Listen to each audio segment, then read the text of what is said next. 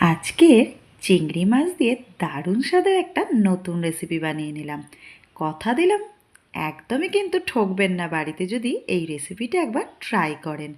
চিংড়ি মাছগুলো নিয়েছি একটু বড় সাইজের, দিয়ে দিলাম তার মধ্যে কর্নফ্লাওয়ার, পরিমাণ মতন লবণ, গোলমরিচের গুঁড়ো আর সয়া সস। খুব ভালো করে ম্যারিনেট করে নিচ্ছি চিংড়ি মাছগুলোকে। কড়াইতে দেখুন দিয়ে দিয়েছি সাদা তেল। ম্যারিনেট করে রাখা চিংড়ি মাছগুলোকে দিয়ে হালকা লাল করে ভাজা করে নেব। খুব বেশি কিন্তু কড়া করে একদমই ভাজবো না, তাহলে চিংড়ি মাছগুলো শক্ত হয়ে যাবে। এখানে দেখুন হালকা করে চিংড়ি মাছগুলো আমার ভাজা হয়ে গেছে। কড়াই থেকে তুলে অন্য পাত্রে রেখে দিচ্ছি। এখানে পেঁয়াজ কেটে নিয়েছি বড় বড় টুকরো করে, ক্যাপসিকাম নিয়েছি পেঁয়াজের থেকে একটু ছোট টুকরো করে, কাঁচা লঙ্কা আর নিয়ে নিয়েছি রসুন কুচি। গরম তেলের মধ্যে দিয়ে দিলাম রসুন কুচি আর পেঁয়াজ পাতার নিচের দিকে যে পেঁয়াজগুলো থাকে সেইটাকেও কুচি করে নিয়ে 1 মিনিট ভালো করে নাড়াচাড়া করে নিলাম। এবারে বড় করে টুকরো করে কেটে রাখা পেঁয়াজগুলোকে দিয়েও 1 মিনিট একটু ভেজে নেব। একদমই কিন্তু লাল করার প্রয়োজন নেই।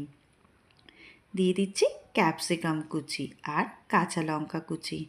ক্যাপসিকাম আর কাঁচা লঙ্কাটা দিয়েও হালকা ভেজে নেব যতক্ষণ না ক্যাপসিকামটা একটু নরম হয়ে যাচ্ছে। দেখুন ক্যাপসিকাম আর পেঁয়াজ খুব সুন্দর করে ভাজা হয়ে গেছে। দিয়ে দিলাম tomato sauce, green chilli sauce আর সয়া সস। এটাকেও গ্যাসের ফ্লেমটাকে মিডিয়ামে রেখে 2 মিনিট নাড়াচাড়া করে নিলাম। খুব সুন্দর মাখা মাখা হয়ে যেতে দিয়ে দিলাম ভেজে রাখা চিংড়ি মাছগুলোকে।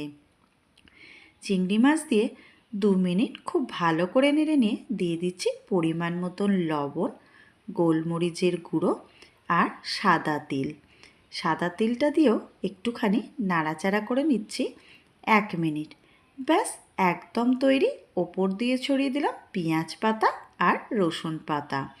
একটুখানি নেড়ে নিয়ে গ্যাসের ফ্লেমটাকে বন্ধ করে সার্ভ করে নিচ্ছি আজকে চিংড়ি মাছের রেসিপিটা কেমন লেগেছে অবশ্যই আমাকে কমেন্টে জানাবেন। আর আমার চ্যানেলে নতুন বন্ধু হলে চ্যানেলটাকে সাবস্ক্রাইব করে নেবেন। ধন্যবাদ।